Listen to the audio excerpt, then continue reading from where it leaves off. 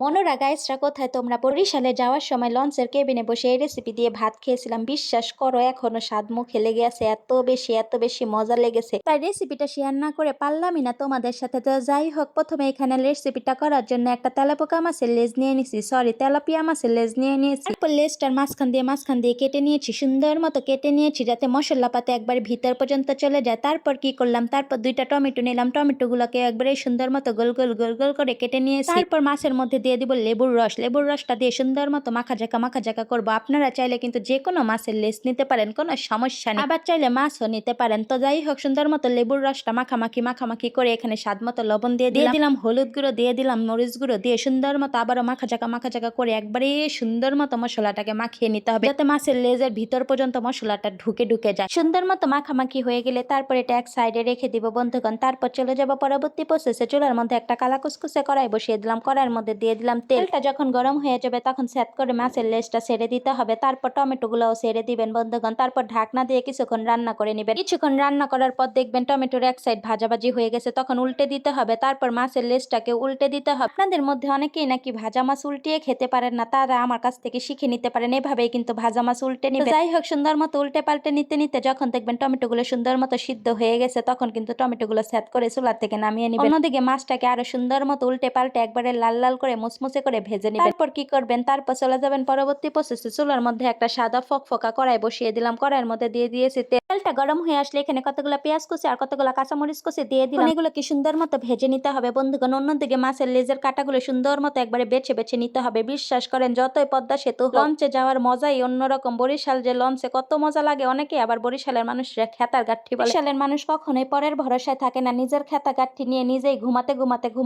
একবারে গ্রামের বাড়ি পৌঁছে যায়। আসলে যারা বরিশালের মানুষকে খেতার গাঠি বলে, তারা হিংসার থেকে বলে, তারা ক্ষোভের থেকে বলে, তারা কষ্টের থেকে বলে। তারা তো গ্রামের বাড়ি যেতে যেতে তাদের পাছাকে ব্যথা বানিয়ে ফেলে। বসে থাকতে তাদের পাছা এমন ব্যথা হয় 2 দিন পর্যন্ত দাঁড়াতেই পারে না ঠিক মতো। তো যাই হোক, আমাদের মতো সৌভাগ্য কয়জনের আছে?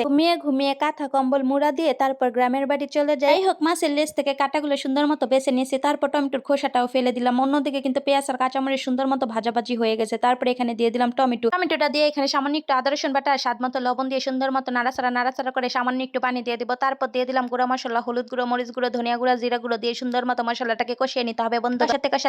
কষাতে যখন দেখবেন টমেটোগুলো একবারে ভর্তা হয়ে গেছে, একবারে গলে নরম হয়ে গেছে, তখন সেই কাটা বেছে রাখা মাছটা দিয়ে দিবেন। সুন্দর মতো আবার নাড়াচাড়া শুরু করে দেবেন। এমন ভাবে নাড়াচাড়া করবেন, হাই স্পিডে নাড়াচাড়া করবেন। নাড়াচাড়া করতে করতে যখন দেখবেন জিনিসটা ভাজা ভাজা হয়ে গেছে, তেল ভেসে উঠেছে, তখন এখানে কতগুলো ধনিয়া পাতা কুচি দিয়ে দিবেন। দিয়ে আবারও নাড়াচাড়া করবেন। তারপর একটু খাঁটি হৌড়ার তেলও দিয়ে দিবেন, এতে করে খুবই সুন্দর একটা স্মেল আসবে। যখন একবারে লাল লাল হয়ে যাবে, তখন চুলা থেকে নামিয়ে নিব। নামিয়ে সুন্দর মতো পরিবেশন করে নিতে হবে। দেখেন, দেখেই তো একবারে ওয়াও লাগতেছে, এত বেশি মজা। বাসে কিন্তু অবশ্যই ট্রাই করবেন। গরম গরম ভাতের সাথে একবারে সেই স্বাদ লাগে। যাই হোক, গরম গরম ভাত নিয়ে জামাই বসে আছে, জামাইয়ের কাছে নিয়ে গেলাম। জামাইকে বললাম, দেখো বরিশালের লঞ্চের খাবার যে স্বাদ। জামাই বলে আসলেই অনেক বেশি বেশি মজা। ঢাকাইয়া পোলা হইয়া বরিশালের লঞ্চের খাবার খেয়ে পুরাই ফিদা হয়ে গেছে। যাই হোক, আজকের ভিডিওটি এই পর্যন্ত। ভালো লাগলে কিন্তু লাইক কমেন্ট শেয়ার করতে একটু ভুলবেন না। আল্লাহ হাফেজ।